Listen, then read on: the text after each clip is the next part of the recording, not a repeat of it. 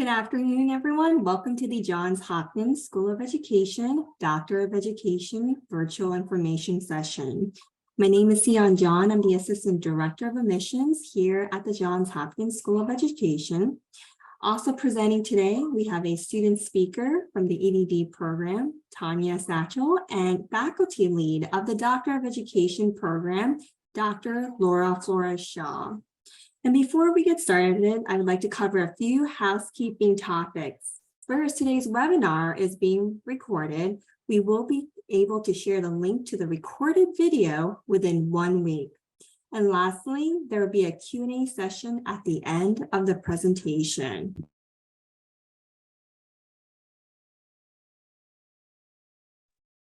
Next, I would like to share the agenda for today's presentation. We'll kick off the presentation sharing an overview of the Johns Hopkins School of Education. Then Dr. Shaw will go over the program details of the EdD program. We also have a student speaker, Tanya Satchel from the EdD program, and she will talk about her journey at SOE. And lastly, we'll cover admissions requirements, go over financial aid and scholarship, and leave the floor open for questions at the end. And to start, we are one of 9 schools at Johns Hopkins University. We began offering college courses for teachers in 1909, and then we became our own school in 2007. We are proud to share that the Johns Hopkins School of Education is consistently ranked one of the top schools in education by the U.S. News and World Report. And here on the slide, you'll see some quick facts about SOE. I'll give you a minute to look over the fast facts. And please note that we offer 25 graduate programs, and that includes our doctoral, master's, and graduate certificate programs. And we have a strong network of over 24,000 SOE alums. And for faculty introduction, Dr. Laura Flores-Shaw is an assistant professor at the Johns Hopkins School of Education. Dr. Shaw received her Doctor of Education here at the Johns Hopkins School of Education. And Dr. Shaw is extensively trained in family systems therapy and educational neuroscience. She also has direct experience as head of school within an AMI-based Montessori school framework. And Dr. Shaw's work has focused on translating research from multiple areas of neuroscience, educational psychology, sustainability education, and family systems research into school design and classroom practice. And at this time, I'll hand the floor over to Dr. Shaw to go over the EdD program. Welcome, Dr. Shaw.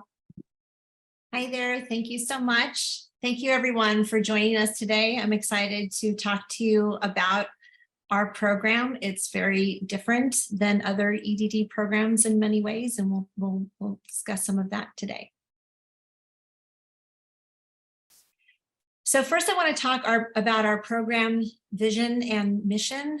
So here at the Johns Hopkins University School of Education, our EdD program is designed to impact complex educational problems across the globe by preparing education practitioners to think critically about problems within their education environment and to develop the deep understanding and insights to lead positive, sustained change within those educational contexts.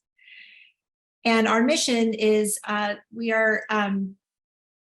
our exceptional education practitioners will engage with an internationally renowned faculty to cultivate and practice curiosity, critical discourse, and perspective taking in a unique and rigorous course of study using the lenses of social justice, systems thinking, appropriate research methods, and empirical inquiry. So our Doctor of Education degree is really ideal for experienced practitioners who are seeking to analyze and critique existing educational practice and research from a social justice and systems perspective, because just because something is published in research doesn't mean that that's always the right approach. So being able to really analyze and critique it is important. Folks who are wanting to apply relevant methodologies to address critical challenges in education, Those who seek to integrate research and practice-based knowledge to develop research-informed decisions and opinions about educational experiences, processes, policies, and institutions. And those who really want to communicate effectively to diverse audiences about educational research experiences, processes, policies, and institutions. So this is not a degree where, like in a PhD situation, where you are pretty much interacting mostly with other scholars. And with this degree, you're interested in really interacting with diverse audiences so that your research-based and practice-based knowledge can help improve practice around the world.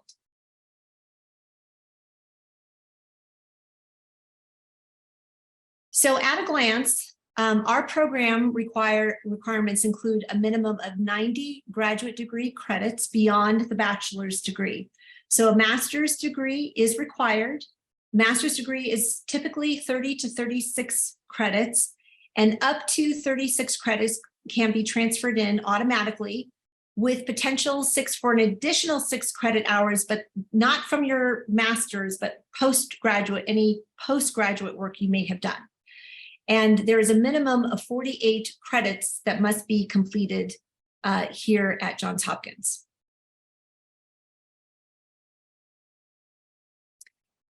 So one of the unique aspects of our program is that we have areas of interest that students can basically pull from. And the idea here is that we're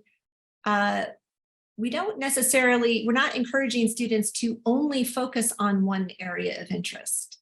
By taking a systems perspective, you might realize that your problem of practice could benefit from information from various areas of interest. So the areas of interest that we offer are creativity, advanced learning, and twice exceptionality, digital age learning and educational technology, entrepreneurial leadership and education, mind, brain, and teaching, and urban leadership. We do want to note that folks who have taken the MBT, the mind, brain, teaching certificate, they really should take courses from other areas of interest.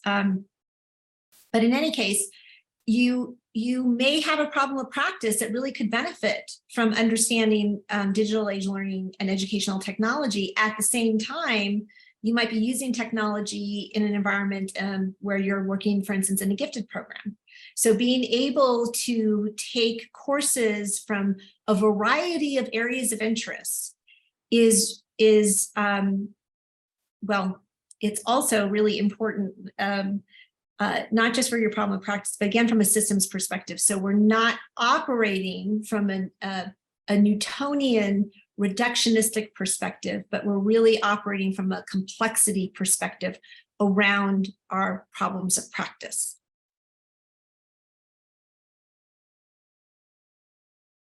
So some of our program features. This is a very rigorous, very relevant, and systemic and social justice perspectives are involved here in this program. We allow our students to communicate research and modalities other than scholarly writing. Okay, this is where we think things are headed. From a social justice perspective, we cannot require students to only communicate their research work in scholarly writing, as that privileges one form of communication over other forms of communication. And the point here is to be able to communicate with diverse audiences, which means being able to communicate research in diverse modalities, in diverse ways. So we allow our students to do their work here and communicate it in video or audio or graphic novel, different kinds of modalities, which are really going to enable you to reach more folks with your work.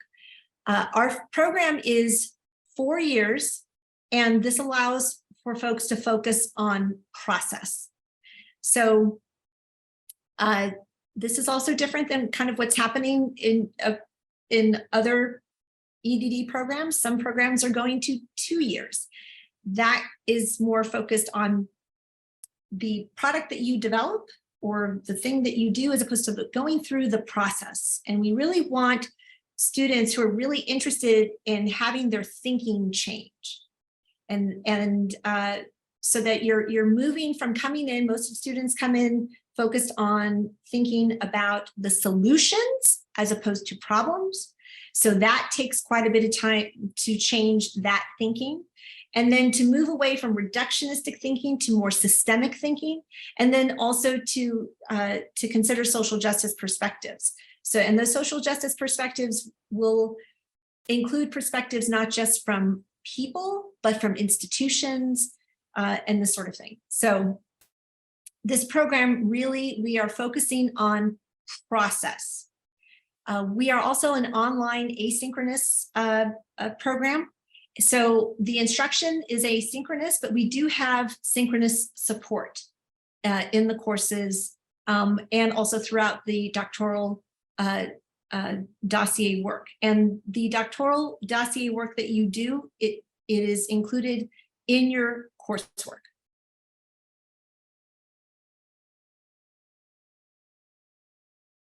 So in terms of curriculum, this is an overview of the types of courses that you will be taking. So we have 18 credits, which are foundations of education.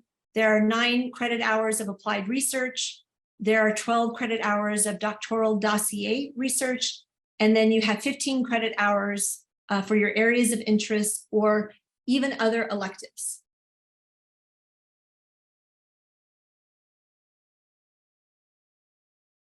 So this is a major thing that distinguishes us from other programs. We are doing a doctoral dossier instead of a traditional dissertation, but that doesn't mean actually that the work that you do couldn't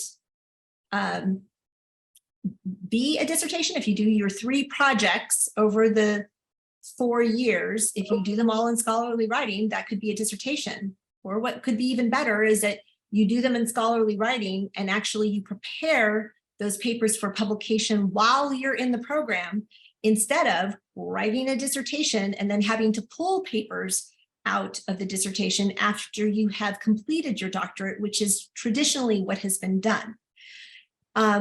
So the doctoral dossier is not something that is, it doesn't confine you. It actually opens up possibilities, but it opens up possibilities beyond the traditional dissertation format. And so these are a series of projects that basically are independently completed, but they're closely interrelated projects, and there are 3 of them. And they're embedded within coursework. They're distributed across the 4 years. You basically get an entire year to focus on a project. And your projects are focused on your problem of practice within your context of professional practice. So that's the running thread through all of your projects. And this doctoral dossier can lead to potential for significant change within, the content of your or professional practice, and it definitely can have implications for policy.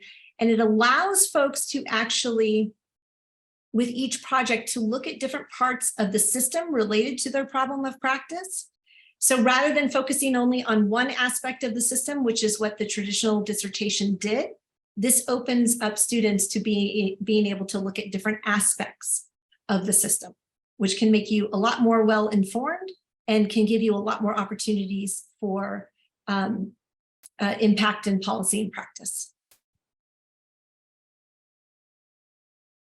So our doctoral dossier structure, this is based on Boyer's 1994 scholarship domains, which he actually developed for faculty. So we are taking that framework and we are applying it to our students. This is a recognition that there are different types of scholarship, and all of these types of scholarship are extremely important to research and to practice.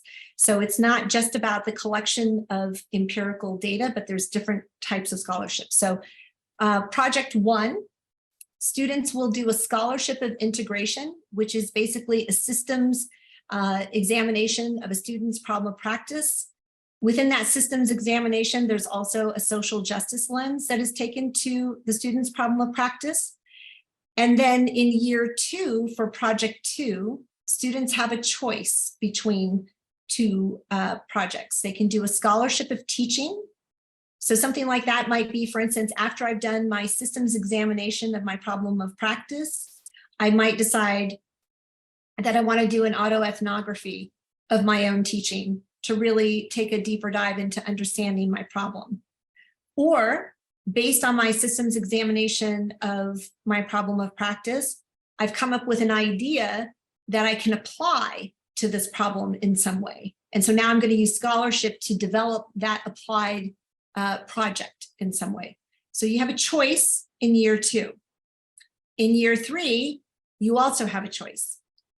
And you can choose between whatever project you did not choose for year 2, or you could do a scholarship of discovery. So that would be the collection of empirical data, which is sort of the standard scholarship. But again, Boyer made the point for faculty that different types of scholarship, we engage in all different types of scholarship, and each type of scholarship is very, very important. So our students get the opportunity to choose the type of scholarship that they want to focus on based on their goals, their problem of practice, and the people that they want to reach. And finally, it all culminates into a final defense during year 4, which is defended orally.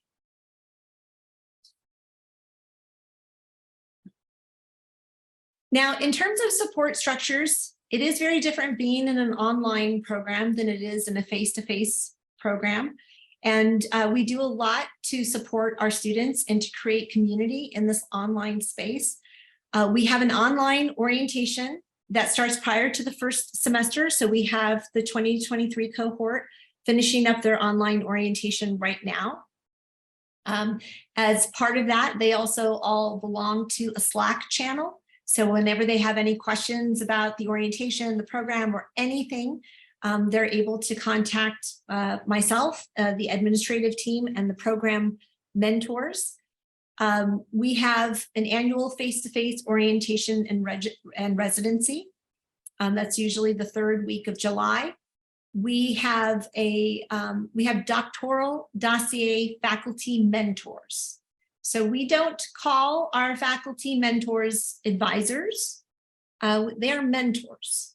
And those mentors will work with the same small group of students throughout the 4 years of their work. So students will have the opportunity to really get to know their mentors, and their mentors will get to know their students and really get to know your work in depth. We also have, as I mentioned, program mentors. So these are typically graduates of the program who can answer questions and provide some additional support. Peer mentoring is very important, and we continue to develop that aspect of support. And of course, there's always support from your course instructors. We do have a writing clinic because even though we're not requiring that all of the research be communicated in scholarly writing, we are still teaching scholarly writing. That is a skill that you will still gain. And the writing clinic can help folks with that process. We have library webinars, and we have some online resources. We have program and cohort sites, so you can always have access to documents that you need for the program and that sort of thing. When we see needs arise, then we create some new spaces.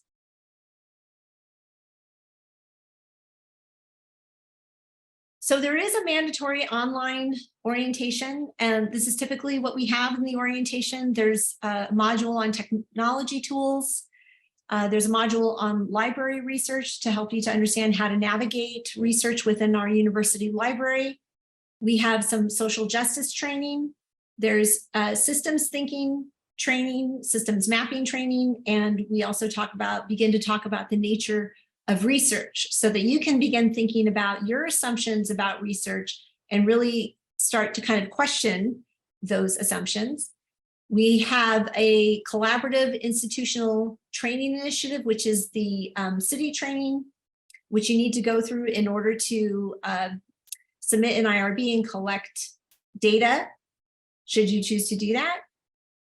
And then we have the in-person orientation residency recordings for those who cannot attend the face-to-face. So it's not the in-person orientation residency that we have is not mandatory, though it is wonderful. And but if you're not able to make it, then we do provide recordings of the sessions. And so that is a part of the online orientation. And then we provide an EdD course tour.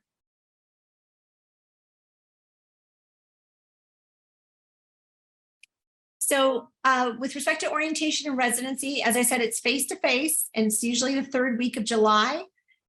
This year we had 2 days, and that was actually at the request of the students. We sent out a survey in the spring, and we asked them where they wanted to have it and how many days and so forth. This also, the orientation residency is designed and led by a student advisory board with input from faculty, program mentors, and the administrative team. So this is the first year actually that we did that, and it went incredibly well, and it will be our ongoing practice. The student advisory board was picked by their peers within the cohorts, and they stayed in constant contact with their cohorts in order to fulfill the requests and needs of our students, and it went extremely well.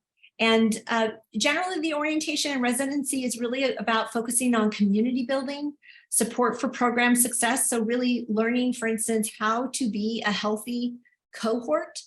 And there's a focus on networking, there's some program content, and there's some content related to career development.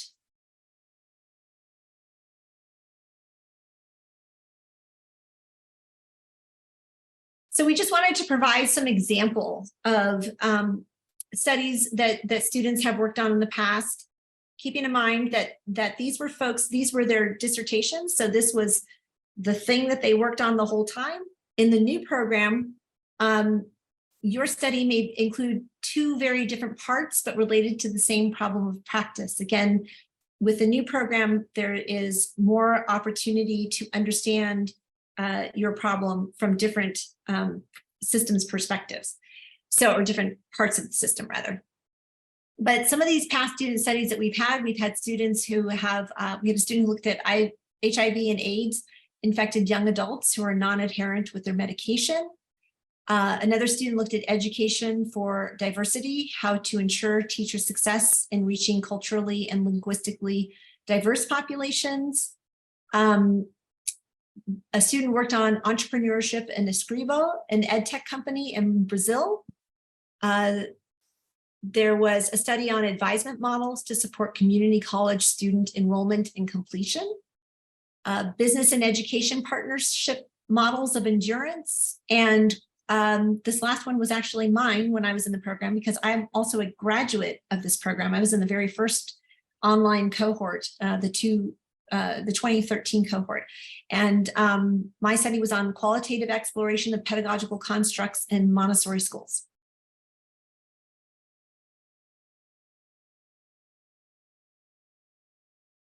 So now I'm going to introduce our student speaker, who is a graduate of our program. So I'm going to introduce Dr. Tanya Satchel. And so she can tell you a little bit about her experience working with us in this program. Thank you, Dr. Shaw. Hi, everyone. As you heard, my name is Dr. Tanya Satchel. I was in the 2019 cohort, and I completed the program in November of last year. My research really focused on access to high quality early childhood education, particularly in marginalized communities. But I just wanted to say, as I saw some of the questions, I peeked ahead at some of your questions. I had classmates from so many other industries, private industry, federal government, K-12 schools, higher ed, et cetera. So, that's just a little bit of background for you there. In full transparency, I do want to say that I also work for the School of Ed. I work for a research center in the School of Ed. But despite, a small tuition benefit as an employee, I did fund my educational journey the way most people do, out of pocket and with some financial aid. So that's important for you to know, because even though I work here, I really was looking for a program that I would feel good paying for. So when I began looking for a doctoral program, I selected this one because I really wanted an institution with a stellar reputation that was completely online, but that there was an opportunity for some face-to-face interactions with faculty or other students. So it had some kind of brick and mortar presence. And some of the highlights in my journey, one of them is the faculty. They want you to succeed. They're supportive. They understand that most of us are working adults with demanding careers. So that was a real highlight during this journey, especially during COVID. Like I said, I was in the 2019 cohort. So 2020, we were all faced with trying to recalibrate. Even though the program was mostly online, life was happening. So the program was just really supportive through that process. Another highlight is the way the courses really support your own research. Some doctoral programs really require you to do all of your coursework and then you begin your final project. This program really provided some building blocks. So by the time I finished those courses, my project was in really good shape. It was really on the way to being completed. I was in the, like I said, the 2019 cohort. So my final project looked more like a traditional dissertation. And another highlight that I didn't include here on the slide really were my classmates. I've really made some lifelong friends in this program and we stay connected to this day. Some of my tips for being successful in this program, the first is to really plan time for self-care, family time, meals, exercise, entertainment, whatever that self-care looks like for you, maintain space for it throughout this program. It's a rigorous program. There's a lot of work, there's a lot of reading. So there's a lot to do, but don't let this program overtake your life. Make sure that you plan time for self-care. I'd also say, develop connections with other students. Don't go it alone. Like Dr. Shaw said, there's a Slack channel. There are ways that you can reach out to folks. I would also say use the many resources that the program provides. There are professors have office hours, there's sync sessions, there are writing clinics. Even though I finished the program last year, I still support the writing clinic and we still have students that come regularly. And so use those resources that are made available to you by the program. And I know you may have some questions. I know that we'll have some Q&A and I'm happy to answer any questions that you have for me. Thank you for the time, Dr. Shaw. Absolutely. Thank you for coming. It's always so good to see you. All right, so moving on with the application requirement. Applicants must submit a completed application, which can be found on the school's website. Please keep in mind there is an $80 application fee. Next, you'll need an updated resume highlighting your educational and professional background and experiences. Your personal statement should not exceed no more than 750 words describing a probable practice relevant to your current context of professional practice. And please be sure to align your probable practice with one of the areas of interest.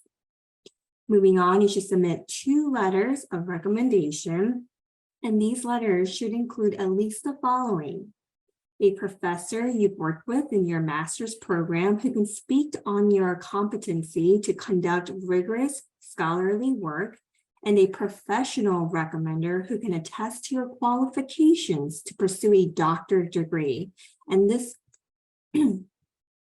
excuse me, and keep in mind you are able to submit 2 professional references if you're not able to have 1 academic reference. And next, the GRE is not a requirement for admissions consideration to the EdD program. It is optional. However, submitting a GRE test score is an opportunity for you to present additional evidence of the quantitative and verbal skills required for the doctoral level study. We'll need official transcripts, and we'll need official transcripts including institutions you may have taken courses but did not receive a degree. And lastly, applicants who move to the second round of the admissions process will be invited via email to conduct virtual interviews.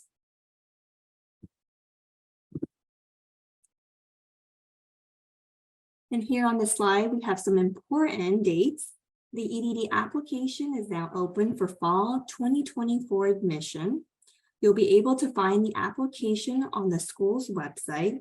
The application deadline is January 18, 2024. Students may be invited for virtual interviews starting in November. Final application decision and the review process will run from February all the way through mid-March. And then finally, admissions decision notification will be released mid-March 2024.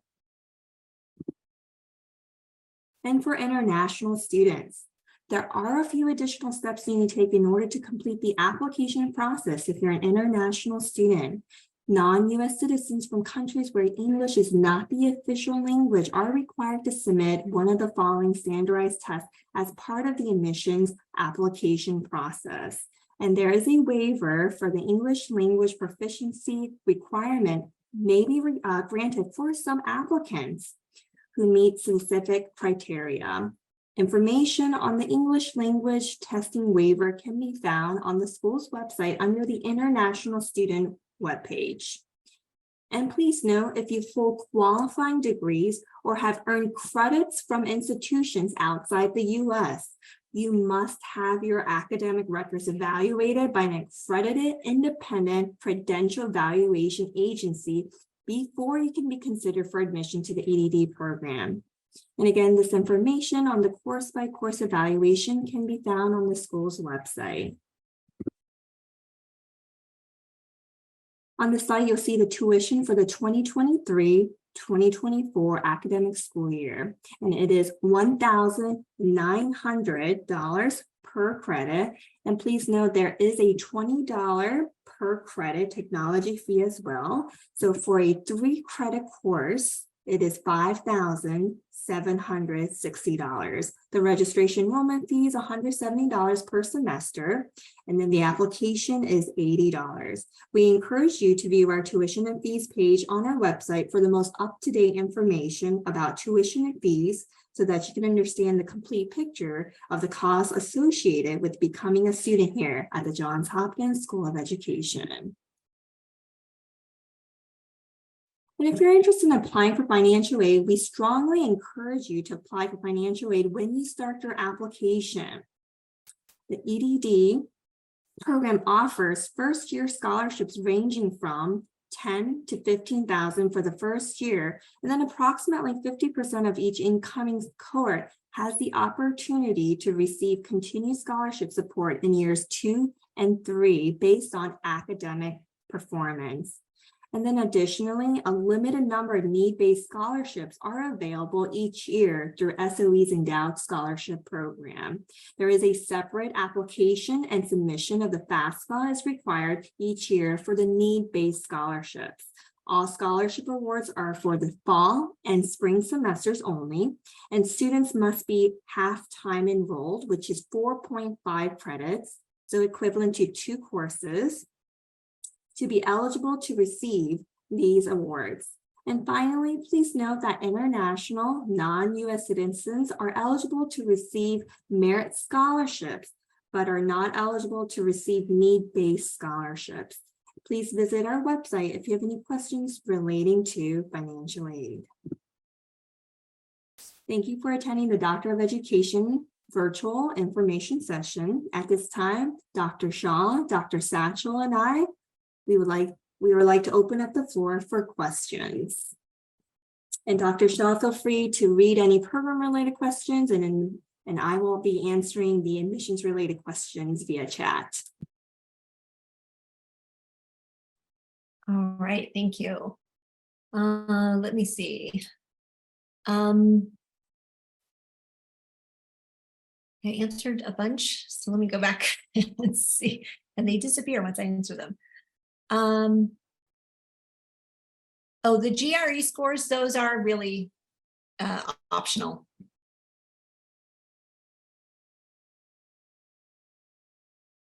there's many people who get, I was accepted into this program without GRE scores. Same for me. I did not take the GRE. See, can you explain what the typical asynchrony schedule commitment is? So students are taking 2 courses a semester. So you really want to plan on, this is like having a part-time job. So you really want to plan, what would you say, Dr. Satchel, 15 to 20 hours? Is that? That's what I would think. Yep, at least 10 hours a week, but closer to 15, I would say. Yeah, so the thing to consider, there is work, doctoral dossier research work within your courses, but there's just a lot of reading at the doctorate level. And not just in terms of what is assigned to you, but the reading that you actually need to do for your own work to really understand your problem of practice. So that's really what you want to take into consideration. So we go, but I will tell you, we start, the fall semester starts at the very end of August, and then we go until mid-December, and then there's a winter break for about a month. And then we come back for the spring semester, and then we're done about mid-May. And students now do not have to take courses during every summer. So we have 3 summers over the new program. There are 2 electives or areas of interest. There's 2 courses, essentially, either from an elective or area of interest that you'll need to take to fulfill your credit requirements for the degree. You could spread those out over 2 summers, or you could take them both and knock them both out in 1 summer and have 2 summers off. So this gives a little more flexibility, and we really feel strongly, having done this program where it was consistently 2 courses, fall, spring, and summer, that giving some breathing room in the summer is going to help you in your process. So I don't know, Dr. Satchel, if you have any thoughts around that. No, I mean, I think that's accurate. I don't know that I have anything else to add to that. Yeah. So let's see, in terms of how many credits required for this program, there are 54 credits that you need to take here at Hopkins. Someone had asked, I thought I answered this one, maybe I didn't. Does this program require the student to have an education related role at work? No, but you really want to think about what is your role at work and how does this degree serve you? And how is it going to improve your practice? How is it going to allow you to learn what you need to learn to be able to make also a broader impact on your field in some way? So that's what you really need to think about. How many courses is a typical load each semester? So it's 2 courses a semester. We do not recommend more than 2 courses. That will not set you up for success. So that's why those 2 elective courses that are over summer, please take them over summer and don't add on to your coursework. Let's see. It's possible that we might accept courses from other incomplete doctoral studies. It really depends. And we wouldn't take in any more than 2 courses, like 6 credits total. So it would just really depend on what those courses were and if we had course equivalents and that sort of thing.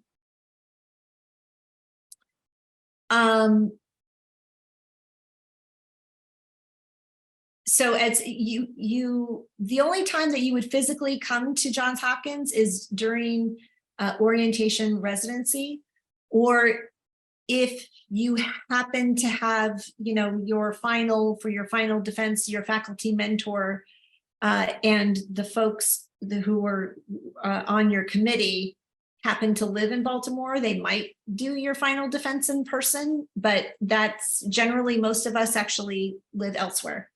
So basically the only time is during the in-person orientation residency.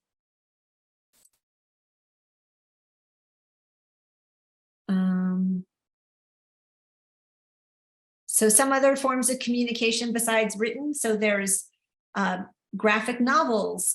We actually had Dr. EdD Carson at our in-person orientation and residency, and he did his scholarly work as a rap album. So, you know, there's all kinds of possibilities. It's really what you are interested in doing, who you're interested in reaching, what skills you might actually bring to the table yourself. If you want to do some sort of audio, long, lengthy podcast series, if you want, there's, you know, this is a time to think outside of the box, but to really dig in and to really think and be creative.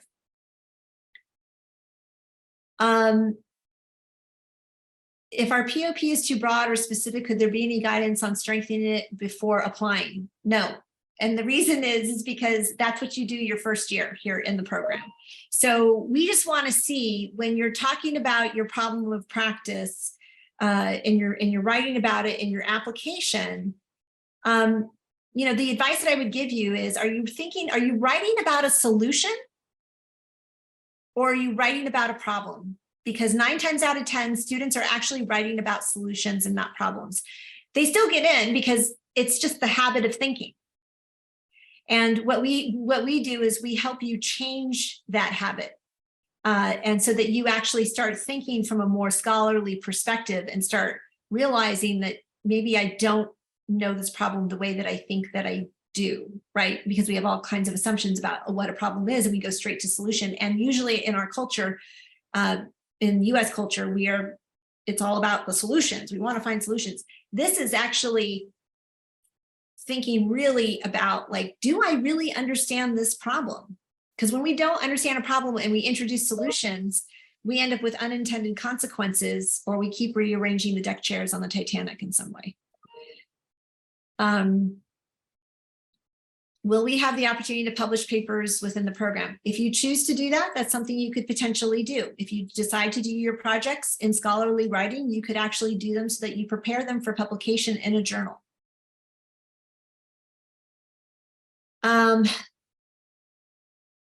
If I am not currently working or working part-time, do I have a chance to get accepted?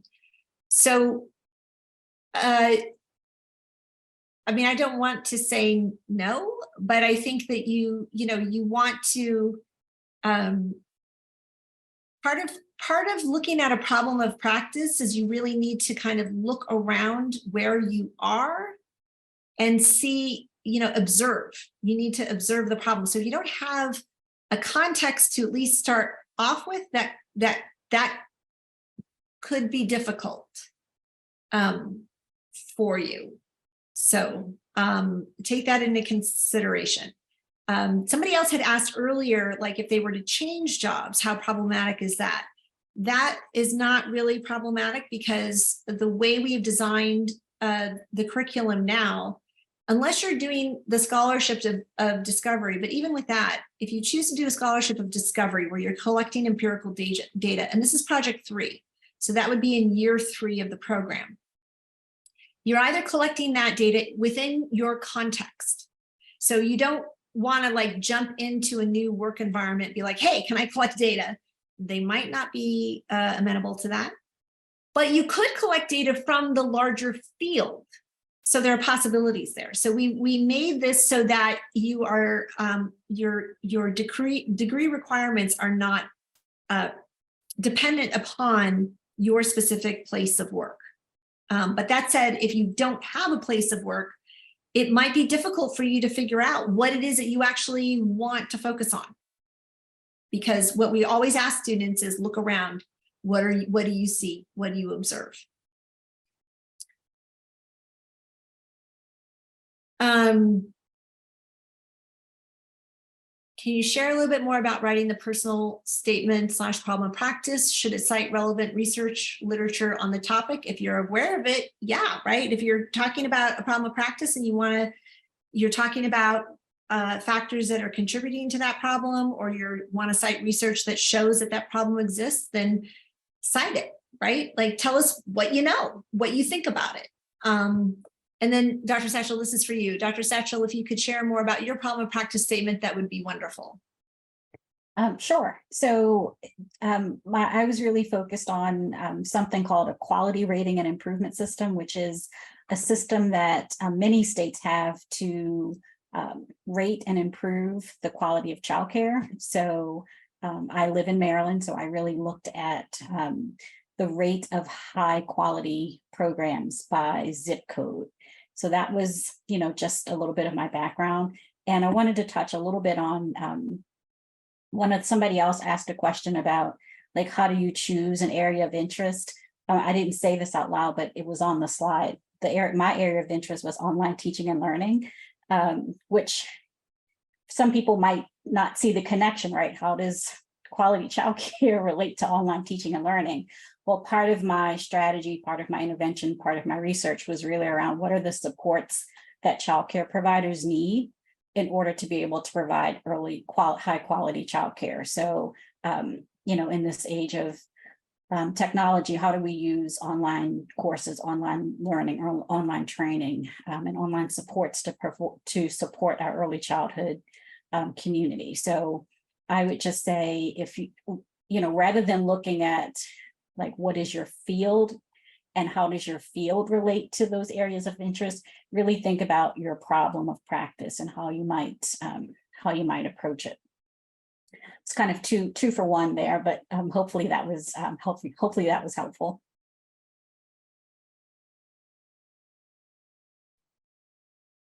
Let's see, someone asked, how definitive does a problem of practice need to be at the point of application? It doesn't need to be definitive. It's going to evolve. This is a process, and this program focuses on process. So this is not about you having the right answers when you show up. This is about the process of learning and really kind of changing your thinking around things. So problems of practice evolve for all students as they look at the research literature. Some students even pivot because their interest starts to change as they start to look at the research literature. The original problem of practice that they came in with, it might be just put off to the side and they come up with a completely new one. So there is space for that evolution to take place. Let's see. So. Oh, Dr. Shaw, there's one thing that I want to mention, sorry to cut you off, that I think is really important. I think would be very beneficial for the students here. If you apply before November 1st, we're going to waive your application fee of $80. Again, if you apply before November 1st, 11:59 Eastern Standard Time, then again, your application fee of $80 will be waived. Thank you, Dr. Shaw. Yeah, no problem. Okay, someone asked outside the classroom, what other fields are available with this PhD? This is not a PhD. This is an education doctorate. So this is an EdD. So a PhD is a very different, that is much more theory-based, theory testing. It's less application of research. So it's really important to understand the difference. So I just want to make that really clear. The EdD is about practical application of research. A PhD is much more fully research based in the sense that it's not even about application. It's just the research part of it.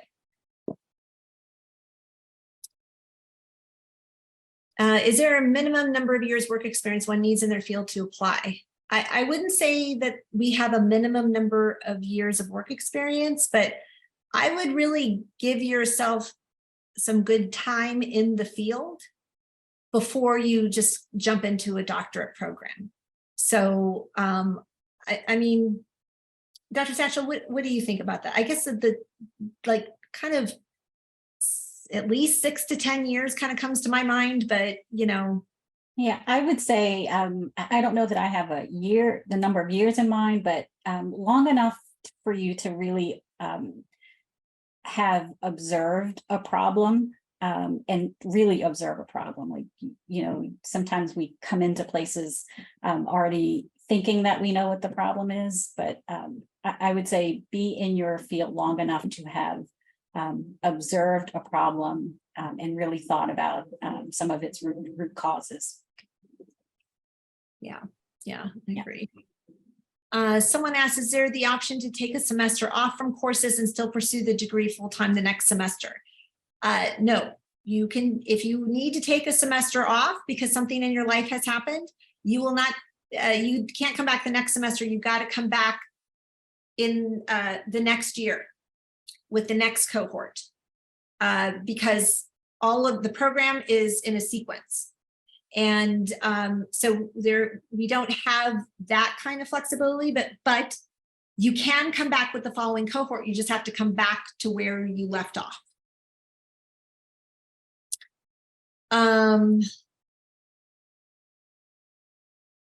Okay, so I thought the beginning slide said something about a minimum of 48 hours of credit hours at JHU, but I thought I heard you just say 54 hours must be taken. So it's 54 credits. You can you can transfer in Sion, this is where I'm going to need you. It's up to six credits. Yes, those 6 credits. Mhm. Yes, so that's where the 48, but that's postgraduate work. Postgraduate, so after your master's, like postgraduate work. So but generally students are taking 54 credit hours.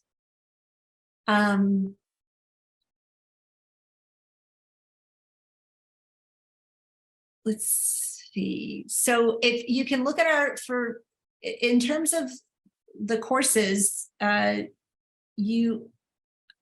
just trying to think. I think that they are on our website or linked to the academic catalog. We actually have new courses that we're in the midst of creating, so I can give you an idea of like, so they might not be on the website just yet. The area of interest courses are there. You'd have to look at the some of the individual programs, but for just as an example of courses for the first year, our incoming students are taking doctoral dossier research with their faculty mentor in the fall, and they're taking socially responsible research in the fall, which is like an introduction to research methods. And then in the spring, they're taking a course on critical theory and a course on understanding social problems, which is also an introduction to our areas of interest, but really asks students to look at their kind of underlying assumptions about those areas of interest and so forth. And then we have, research methods courses and that sort of thing. Are EdD candidates grouped into programs according to their areas of interest, or they all study as one cohort? So it's one cohort, but you are grouped by faculty mentor. And what we try to just do is match students whose problem of practice aligns with the interest of a faculty member. So that's not always a perfect match, and that's okay, because we're all learners in this space.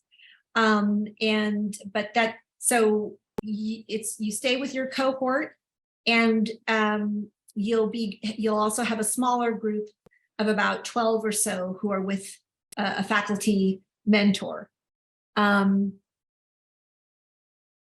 Let's see, and I don't really, so some of these, like these stats that you're asking me, like teacher to student rate, I don't have like off of the top of my head, so sorry about that. Let's see.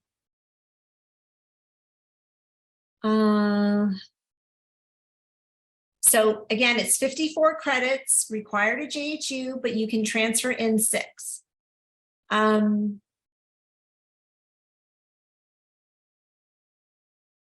You can only transfer in 36 master's credits.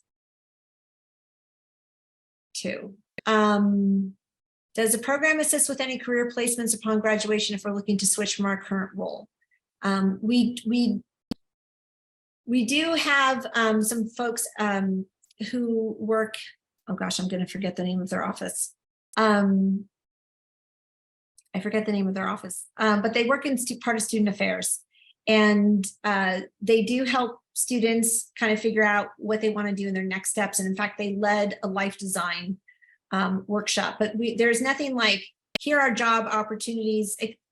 Every now and again, I will say this, we do get folks who send us job opportunities, and we'll send that out to students, but it's not like, you know, we have a recruiting situation set up, but there is some guidance that can help you figure out what you might want to do for your next steps. Will our professors be easily accessible for questions and help throughout the program? Yes, very much so. Is it 2 courses per semester? It's 2 courses per semester, unless, except for those 2 courses during the summer.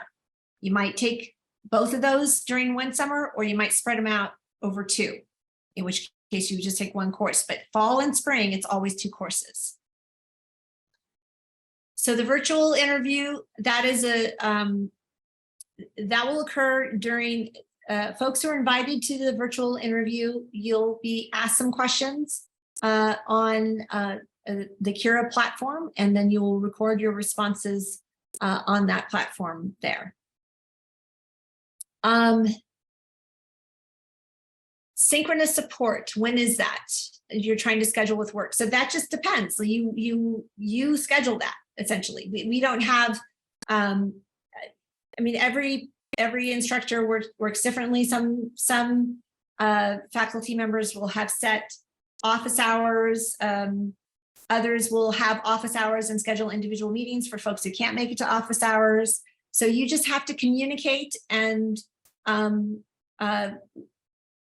you know, schedule that with your instructors or with folks at the writing clinic. Dr. Satchel, I think, right, don't you schedule time with students depending upon their schedule? That's right. We have scheduled office hours, but it's always and by appointment. So I've met with students on the weekends, early in the morning, late in the evening. Yeah. So somebody asked if we have already been published in multiple peer-reviewed journals, should we include that information in our application/resume? I mean, I think that if you think that that is relevant, you know, just if you I'm not saying not do it. I'm not saying you must. It's really, you have to tell us what you think is relevant. We don't do online lectures synchronously. So you don't show up to a synchronous session to get course content. All of the content is online, so you can access it in the middle of the night. So we have international students, we have students from all different kinds of time zones. So you do not need to worry about being able to access the course content. When there are synchronous sessions, generally the faculty will do those synchronous sessions at different times. So for instance, in my courses, my students engage in what we call salons. These are just discussions. So we come together just to kind of to discuss the content, and the students will break up into groups. I'll do that at 8 a.m. my time, which is California time, on a Saturday. That enables a lot of international students to come and students on the East Coast. But I also might do it on 7 p.m. Eastern time, and that lets a whole other group of students come. So we try to accommodate student schedules as best as we can. We can't always do that, but we take those different time zones into consideration. We have a lot of experience working with students across the world.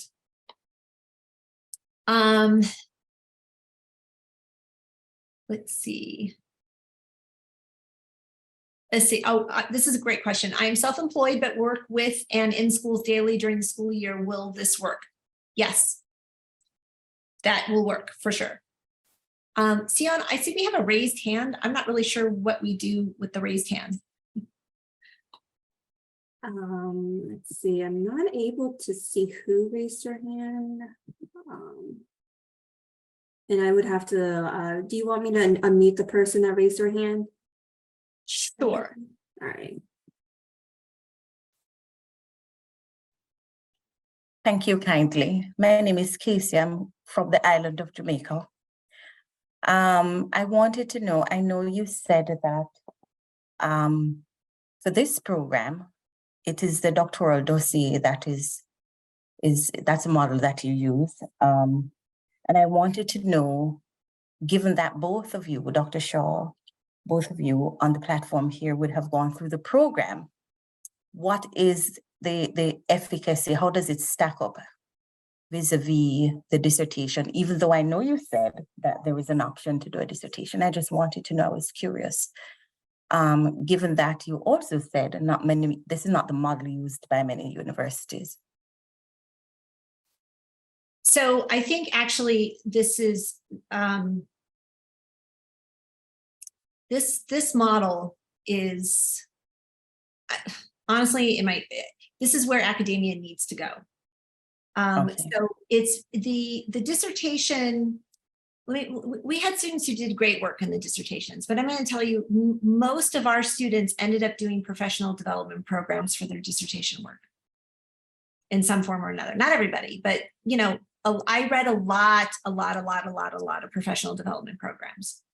And this new model really allows students to do different kinds of work and reach more people. And I think what we're seeing across academia is, you know, there's still folks who really have more traditional views, but those views don't really align with a systems perspective or a social justice perspective. Mm-hmm. So how can we be teaching these things and then not walk that talk? And so that's really what we're trying to do here. Now, in terms of employment, if that's what you're concerned about, because, you know, that's a relevant concern, right? So it's like, okay, well, this is nice and everything, I get it. But if I need to get a job, if my goal is to get a job in higher education and teach at a university, and that's what this job is, or this program could prepare you to do. It doesn't prepare you to become a big time researcher with multi-million-dollar grants. Okay, that's a different degree, right? This is a degree of practical application. But if you want to get a teaching job at a university, then there's nothing in this program that's going to hold you back from doing that. And in fact, it could help you in a lot of ways. One of which is that, again, like I said, in the traditional model, the traditional model is you do your dissertation work for 4 years or 3 years, which was the old program, however many years in a PhD, whatever, you pull your publication out of your dissertation work. So now you've just spent all this time working on your dissertation and this problem of practice. And I'll tell you from my own experience, and Dr. Satchel, I don't want to speak for you, but I was so done with my problem of practice that I did not feel the energy to pull out. I mean, I did, but it was like, I had to dig deep for that. And whereas students would have the option to take one of those projects, student scholarly writing, and to, you know, potentially publish in a peer-reviewed publication, that's going to be a lot more impressive than writing a dissertation that very few people are going to read. So I think that this opens students up in a really, really big way, right? So if you want to take more of that kind of traditional, I want to go in a higher ed and teach route, you're gonna look more impressive if you have a publication under your belt. If you don't want to take that route and you want to do something else, you're going to be able to reach a wider range of folks and have a bigger impact on your field, because, you know, you've decided that I'm going to do a series of YouTube videos or something like that, or podcasts or something like this, right? That's going to really get your ideas about research and bridging research and practice, getting it out to the public. Does that answer your question? Thank you. It gives me a lot to mull on. Just for a little bit of context, I don't want to hog the time, but I run an agency of government that is under the Ministry of Education and Youth in Jamaica here. And that position places me as one of the persons in charge of the entire Ministry of Education in Jamaica. We are going through system transformation with a whole lot of problems that we're trying to address. So it's one of the reasons I asked, because I know at this time we really need answers and we need them fast. And so I'm thinking about everything that you're saying, and just trying to make sure that at the end of it, I do have something that can impact the system in a positive way. So thank you for sharing what your context and the work that you're doing. And so I will say this, it's that the thing of like, we need answers and we need them fast. That can be a little difficult because we are really asking students to really kind of slow down and analyze the problems. Now, that though, so what's interesting, and I talk to students about this all the time, is because their context, like the people they work with will get really excited about the work that they're doing in the program, and they're like, give us answers. And that's actually one of the problems, is that people want fast answers, right? Without really understanding what the problem is to begin with. And so what you can bring to the table is that analysis and these perspectives and the systems thinking training along with the social justice systems or the social justice perspectives training.